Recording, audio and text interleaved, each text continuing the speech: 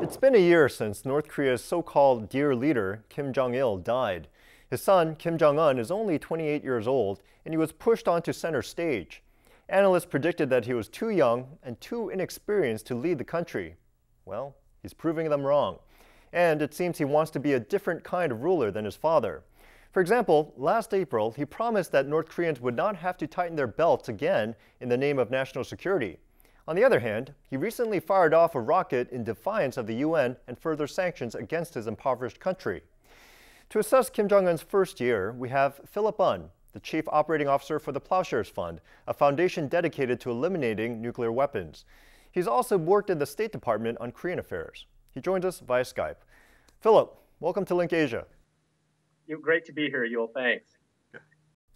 Now, when Kim Jong-un took over, many analysts predicted that he wouldn't last, that they thought he would lose out to more experienced and tougher members of the ruling elite. But today, he seems to be in control. What does that tell you about North Korea and the Kim dynasty?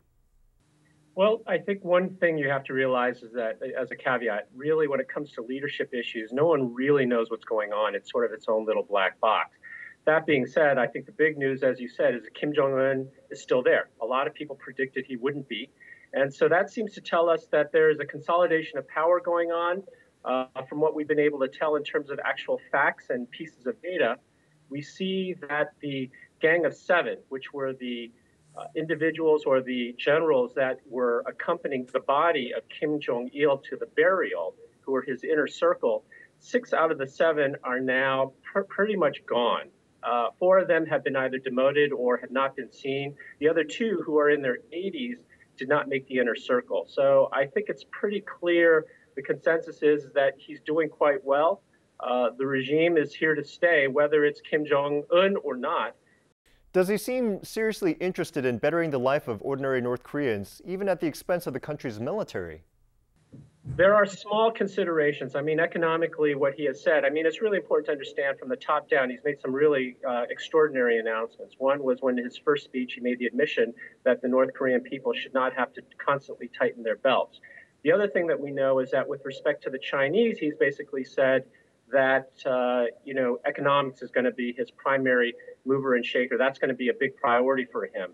And so what we do see is very similar to what we saw maybe in 2002, some economic reforms that are happening right now. Anecdotally, you see a lot of markets that are flourishing. You see Pyongyang, particularly in the center, is much more vibrant than it ever has. I know that someone had just been there and was saying that there are more taxis than they've ever seen. So something is happening. And the question is, we're going to have to see whether it's sustained and the direction it will go. If you were advising the Obama administration about dealing with the North Koreans, what would be your advice? I think with respect to the missile launch, we can talk a lot about what's Kim Jong-un's longevity, but I think really what matters is what kind of policies are happening here. And what you see with the missile launch, the message that I get from the missile launch is, one, the Korean regime is going to be there for a while. The second thing is that we have to take them seriously.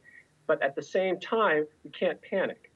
There's time, and we can't overreact. So I think what we need to do is realize that the best option we have right now, and it's the best worst option, is really negotiations, which is a combination of carrots and sticks, and do it on a long-term approach.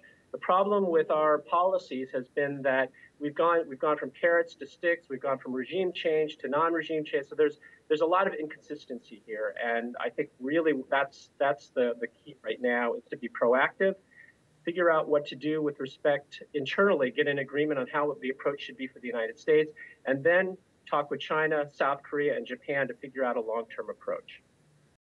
Thanks so much, Philip. Philip Yun visited North Korea as part of U.S. negotiating teams during the Clinton administration.